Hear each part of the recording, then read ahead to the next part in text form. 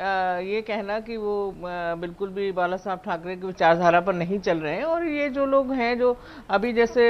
राजनीतिक विशेषज्ञ हैं ऋषि जी जो बोल रहे थे कि ऐसा कुछ भी नहीं हुआ था, तो मेरे ख्याल से वो शायद बैठे हुए थे जब अमित शाह जी और उद्धव ठाकरे जी की बात हुई थी। तो ये सब बातें करना कि ऐसा कुछ नहीं हुआ था, वो अब धोखा दे रहे हैं, तो ये इन बातों पर कोई बिलीव करता नहीं है, सीधी सी बात है। मेरे ख्याल मैडम जैसे आप सबके अपने सोर्स होंगे, ऋषि जी के भी अपने सोर्स होंगे जिसका वो दावा कर रहे हैं। बहरहाल जी आप अपनी बात रखें। हाँ, अरे सोर्सेस देखिए, ऐसे ये चीजें मैं अपने सोर्स से कभी भी कुछ ऐसी चीजें नहीं कहती, जो चीज आधिकारिक रूप से मुझे पता होती है मैं वही बोलती हूँ केवल। मैं कभी भी इस तरह से नहीं कहती कि एक क्लोज रूम में क्या बातें हुई थी, मुझे क्या पता।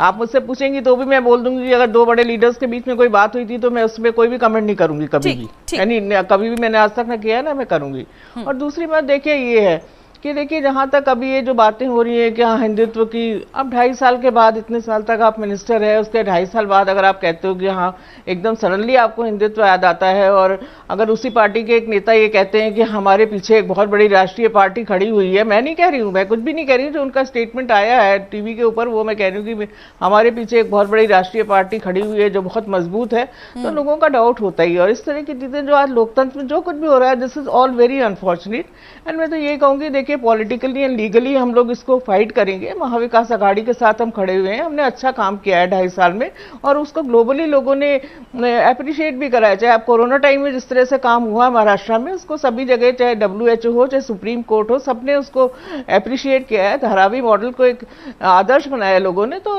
हमने ऐसा नहीं है कि वहां पर काम नहीं हुआ है। और ये सब चीजें कहना कि आप किसके नुपुर शर्मा के साथ खड़ो, या को ये सब चीजों का कोई औचित्य है नहीं। देखिए अभी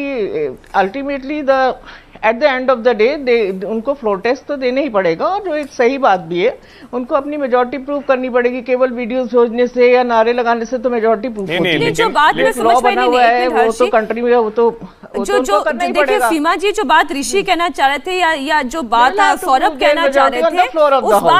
उस बात से जो सवाल निकल कर आता है सीमा जी, वो सवाल ये है कि एनसीपी और शिवसेना का वोटर एक कभी नहीं हो सकता,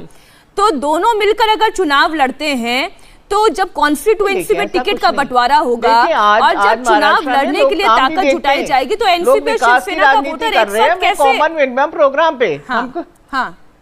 और हम कोई एंटी हिंदू पार्टी नहीं है ना, हम पीडीपी नहीं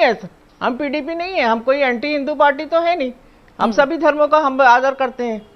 तो इसलिए ये और एक कॉमन मिनिमम प्रोग्राम पे हम लोग काम कर रहे थे और अच्छा काम कर रहे थे। एक देश का विकास भी एक चीज होता है ना, अगर हम इन्हीं चीजों को लेकर बैठे रहेंगे तो कुछ है नहीं।